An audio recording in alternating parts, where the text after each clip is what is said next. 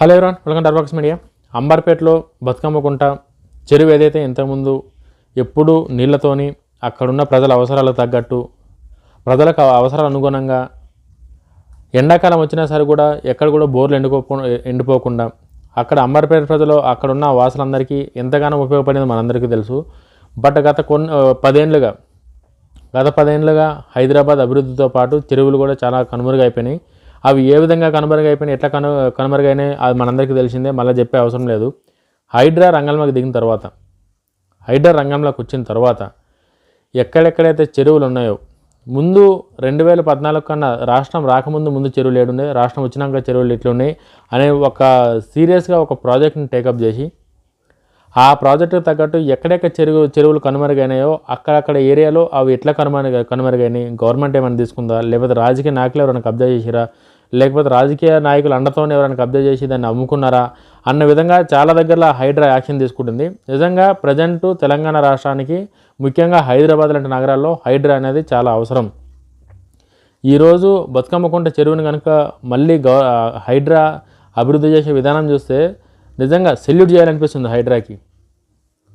చాలామంది ఎంతమందికి positive feedback ఇస్తారంటే ఇప్పుడు ఆ చెరువుని చూసినాక గవర్నమెంట్ సీరియస్గా తీసుకొని అక్కడున్న బిఫోర్ ఆఫ్టర్ ఫోటోలు పెట్టి సోషల్ మీడియాలో ఇది బతుకమ్మకుంట లేక్ అని చెప్పేసి పెడితే చాలామంది అప్రిషియేట్ చేస్తారు. అసలు అప్రిషియేట్ చేయాలి.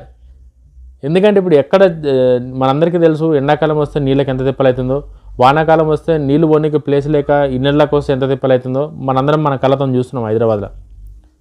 అటువంటివి నెక్స్ట్ రానున్న వానాకాలంలో కావచ్చు, రానున్న రోజుల్లో అటువంటి ఇబ్బందులు ప్రజలకు కలగొద్దు అంటే చెరువులు ఏడాడు ఉన్నాయో ఆడ ఖచ్చితంగా చెరువులు పునర్నిర్మించాలని చెప్పి హైడ్రా చాలా సీరియస్గా ఆ ప్రాజెక్ట్ని అయితే తీసుకోవడం జరిగింది. ముఖ్యమంత్రి రేవంత్ రెడ్డి గారి సపోర్ట్తో, ఇది కేవలం ముఖ్యమంత్రి రేవంత్ రెడ్డి గారి ఆలోచన, దీనికి ఇంకా ఎవరు అవతల వాళ్ళు ఎవరైనా మాట్లాడుకున్నా సరే కూడా యాక్సెప్ట్ చేసే అవసరం లేదు. ఇది క్లియర్ కట్గా ముఖ్యమంత్రి రేవంత్ రెడ్డి గారు తెలంగాణ ప్రజలను దృష్టిలో పెట్టుకొని, హైదరాబాద్ అభివృద్ధిని దృష్టిలో పెట్టుకొని రానున్న 20 ఏళ్ళ తర్వాత, రానున్న 30 ఏళ్ళ తర్వాత హైదరాబాద్ కష్టాలు ఎట్లుండగలుగుతాయని చెప్పి ముందే ఎక్స్పెక్ట్ చేసి ముందే అంచనాకు వచ్చి ఇవన్నీ కనుక లేకపోతే నెక్స్ట్ 20 ఏళ్ళు 30 ఏళ్ళు కాదు 10 ఏళ్ళకే హైదరాబాద్ ఆగమవుతుందన్న ఒక నిర్ణయానికి వచ్చిన తర్వాతనే ముఖ్యమంత్రి రేవంత్ రెడ్డి గారు హైడ్రాని సీరియస్గా తీసుకొని స్టార్ట్ చేయడం జరిగింది. చాలామంది రాజకీయాల కోసం, రాజకీయ లబ్ధి కోసం హైడ్రా ఎక్కడ పోయి ఏది కూలగొట్టినా సరే కూడా గరీబోళ్ళ ఇల్లులు కూడగొట్టారు, గరీబోళ్ళు కడుపుల మీద కొట్టారు, కావాలని చెప్పి కొన్ని చాలా న్యూస్లు అయితే సర్క్యులేట్ చేశారు.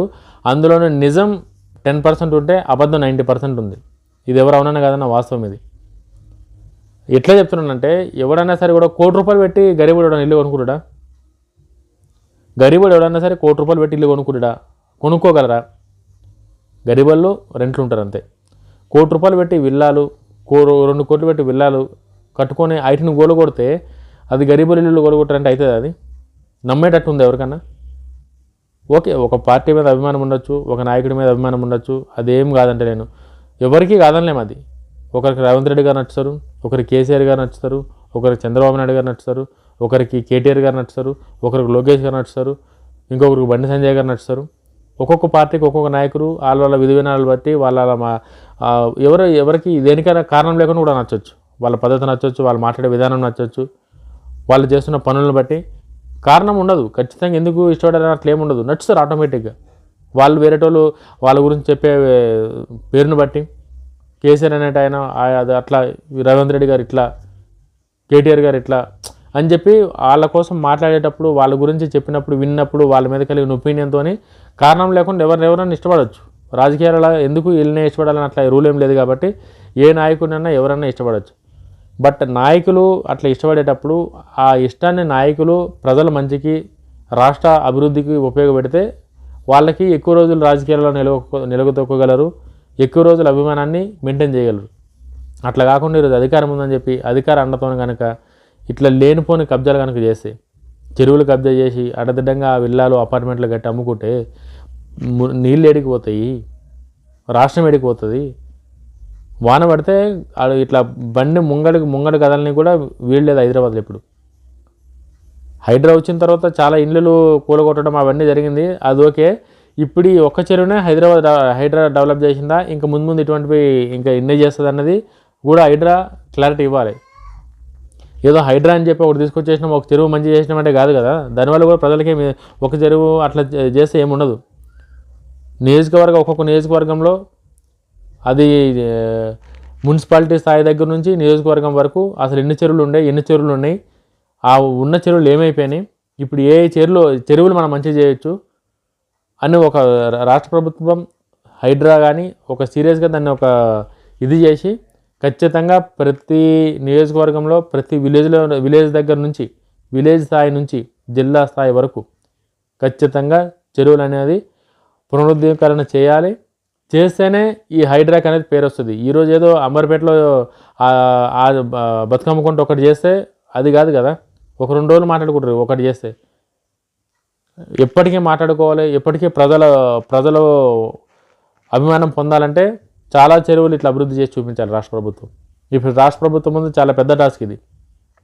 రేవంత్ రెడ్డి గారు దాన్ని ఎట్లా సైన్ చేస్తారో, రేవంత్ రెడ్డి గారు ఎట్లా ఎగ్జిక్యూట్ చేస్తారో తెలియదు. కానీ రేవంత్ రెడ్డి గారు చేసిన మంచి పని అయితే ఏదైతే ఉందో హైడ్రా తీసుకురావడం అనేది చాలా గొప్ప పని, చాలా దమ్మున్న లీడర్ తీసుకునేగలిగే డిసిజన్ అది.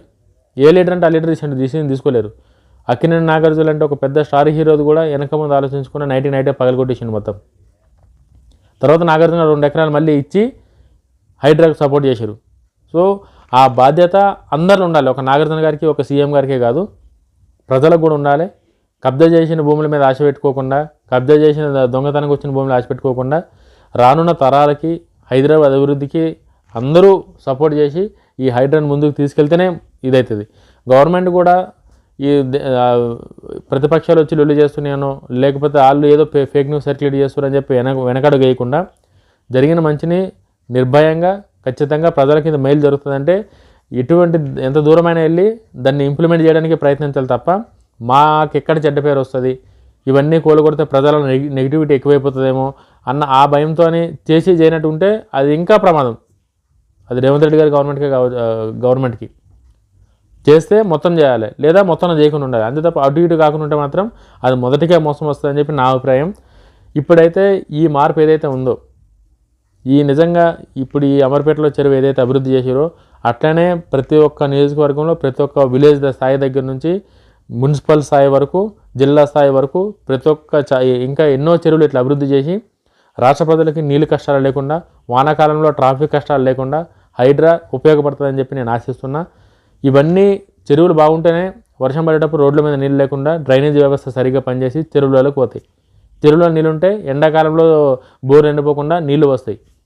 హైడ్రా వల్ల ఇన్ని లాభాలు ప్రజలకు ఇంత మేలు జరుగుతుంది. కాబట్టి ప్రతి ఒక్కరూ హైడ్రాకి మద్దతు ఇవ్వాలి. ప్రతి ఒక్కరూ రేవంత్ రెడ్డి గారిని అభినందించాలి.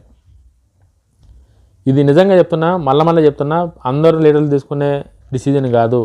హైదరాబాద్ లాంటి నగరంలో ఇటువంటి డిసిజన్ తీసుకోవడం అనేది చాలా సాహసమనే చెప్పాలి, చాలా సాహసమని కూడా మాట్లాడాలి. ఇది రేవంత్ రెడ్డి గారు ఒక్కరితోనే అవుతుందని చెప్పి కూడా మాట్లాడాలి. దీనిలో హ్యాట్సప్ రేవంత్ రెడ్డి గారు, మీ ఆలోచన ఇంత గొప్ప ప్రతిఫలం ఈరోజు కనిపిస్తున్నందుకు ఇంకెన్నో మీరు ఇట్లా చేయాలని చెప్పేసి మనస్ఫూర్తిగా కోరుకుంటూ జై హింద్.